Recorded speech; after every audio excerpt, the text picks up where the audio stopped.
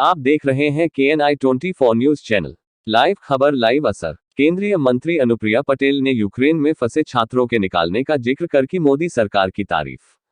कहा, मोदी सरकार की स्पष्ट विदेश नीति के कारण आज चार मंत्री फंसे लोगों को निकालने का काम कर रहे हैं।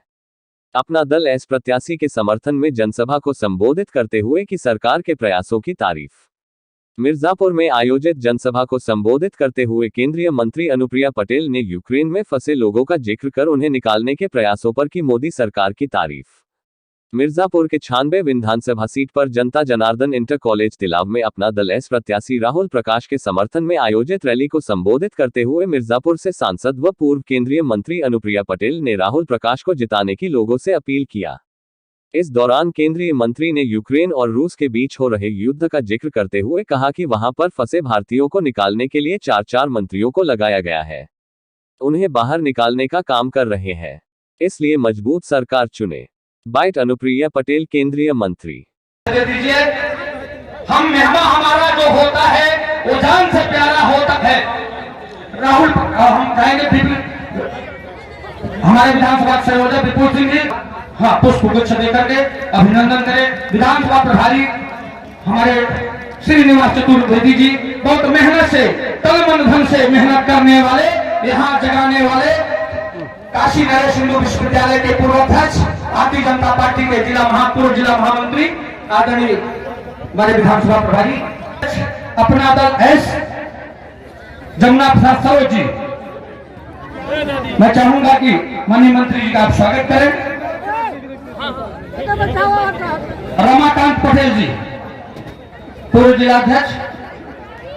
में ईवीएम का बटन इतनी तेजी से और इतने जोर से दब रहा है कि उत्तर प्रदेश में विपक्षियों की जमानत जब्त होना तय हो चुका है। जिंदाबाद जिंदाबाद जिंदाबाद। ये अपना दल भाजपा निषाद पार्टी का जो गठबंधन है, इसकी नींव में क्या है? इसकी नींव में है विकास, इसकी नींव में है गरीब कल्याण, इसकी नींव में है सुशासन और इसकी नींव में है सामाजिक न्याय। और उत्तर प्रदेश के लिए क्या कहा जाता है पता है? उत्तर प्रदेश के लिए कहा जाता है कि एक ऐसा राज्य जो केवल क्षेत्रफल की दृष्टि से बड़ा नहीं है, बल्कि मतदाताओं की संख्या की दृष्टि से भी देश का बड़ा राज्य है।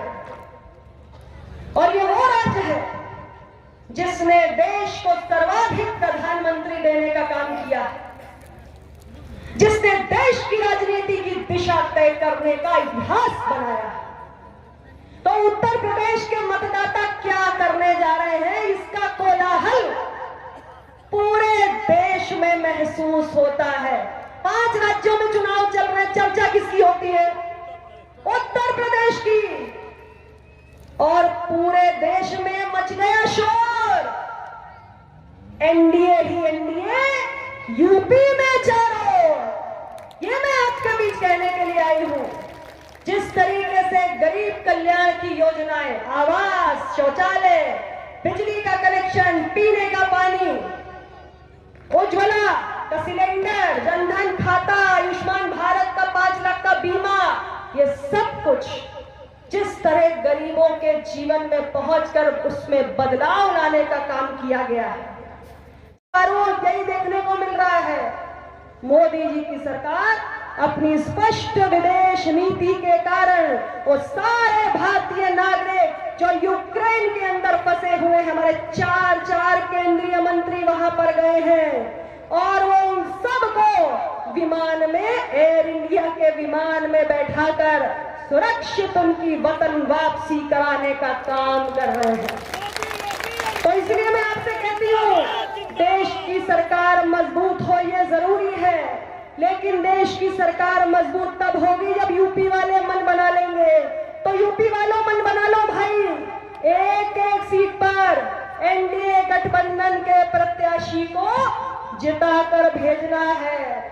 और इस 96 विधानसभा से एनडीए का चेहरा हमारे भाई राहुल प्रकाश कोल है। इसलिए आने वाली 7 तारीख को राहुल प्रकाश को लिए चुनाव निशान फिर से भूल गए क्या? ऊंचा सुनती हूं मैं। अरे एक बार जोर से बोलो, अंतिम बार बुलवा रही हो भाई, जोर से बोलो।